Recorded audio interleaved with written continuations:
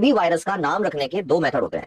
एक होता है डॉक्टर, साइंटिस्ट या बायोलॉजिस्ट की नजर से अगर मैं वायरस को देख रहा हूं तो मैं उसकी जेनेटिक मटेरियल को देखूंगा, उसके स्पाइक प्रोटीन्स को देखूंगा, उसके प्रोटीनियस कैप्सूल को देखूंगा। वायरस के पास तुम्हारी तरह आंख, नाक, कान, ऑर्गन सिस्टम नहीं है। वायरस के पास सिर्फ दो चीज है, एक प्रोटीन का बना हुआ डब्बा है और उसके अंदर उसका आरएनए या डीएनए है। ध्यान से सुनना, आरएनए या डीएनए है, कुछ में दोनों भी मिल जाता है, वो बात की बात है। तो जैसे ही इंसानों में इम्यूनिटी आ गई, ज्यादातर में जब इम्यूनिटी आ जाती है तो उसको बोलते हैं हर्ड इम्यूनिटी।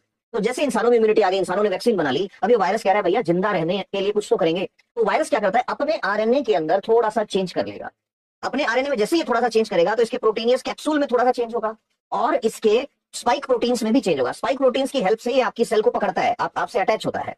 तो अब इसमें जैसे ही चेंज हो जाएगा तो कहेंगे नया वेरिएंट आ गया। अब नया वेरिएंट को पैंगो सिस्टम कहते हैं, पैंगो लिनिएज सिस्टम। पैंगो लिनिएज सिस्टम जो होता है उसमें हमेशा कोड लिखे जाते हैं, जैसे कंप्यूटर का आईपी एड्रेस आता है ना, वैसे। तो आपने देखा होगा B.1.1529, इसका मतलब क्या है, बी जीनस है, वंश है, वन सब जीनस है यानी इसका उपवंश है, फिर अगला वन सब सब जीनस है, उप उपवंश है, और फिर उसके अंदर 529 ऐसे। फिर जब बहुत सारे नंबर हो जाते हैं तो इसकी बजाय फिर इस वेरिएंट में BA.1.1 लगा दिया, फिर ऐसे 1.2 लगा सकते हैं, ऐसे। इसको बोलते हैं पैंगो सिस्टम, पैंगो लाइनेज या लीनिएज सिस्टम, इस तरह से नाम रखते हैं। दूसरा तरीका फिर क्या आया कि वेरिएंट जहां मिला उस कंट्री से रिलेटेड कर दो, जैसे यूके वेरिएंट, इंडिया वेरिएंट, तो इस पे कंट्री को ऑब्जेक्शन था।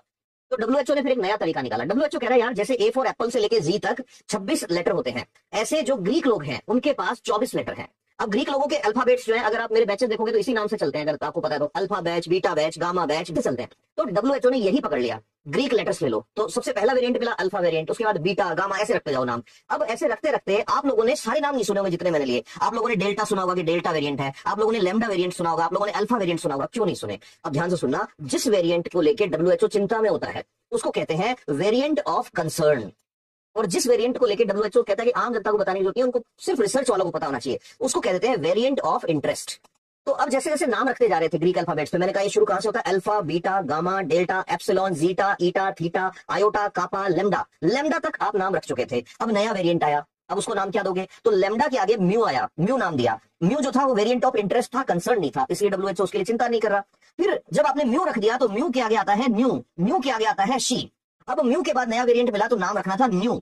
डब्ल्यूएचओ कह रहा है कि अगर हम ये नाम रख देंगे न्यू कोरोना वेरिएंट तो लोग घबरा जाएंगे, ऐसे लगता है जैसे नया आ गया कोई, तो इस नाम को स्किप कर दिया। तो बोले अब नाम कौन सा दें, कि चलो जी नाम देते हैं। अब ये नाम जी जो ऐसे ही आया तो चाइना वाले अड़ गए कि यार तुम क्या कर रहे हो, हम वैसे ही बदनाम है कोरोना के केस में। शी तो हमारे प्रेसिडेंट का नाम है, वहां के प्रेसिडेंट का नाम है शी जिनपिंग, अब वो कह रहे हैं हम नाम नहीं रखने देंगे, तो ये भी नहीं रखा। तो इसके आगे फिर उनके आता है ओ फॉर, ये ओ फॉर ओमिक्रॉन, तो इसीलिए ओमिक्रॉन नाम यहां से आया। तो ओ फॉर ओमिक्रॉन, ये ग्रीक लेटर है, 15वां लेटर है ये। जब ये ओमिक्रॉन भी एग्जॉस्ट हो जाएगा तो इसके बाद आएगा पाई, ऐसे करके 24 लेटर है। तो याद रखना ये बात कि इस तरह से इनके नाम रखे जाते हैं।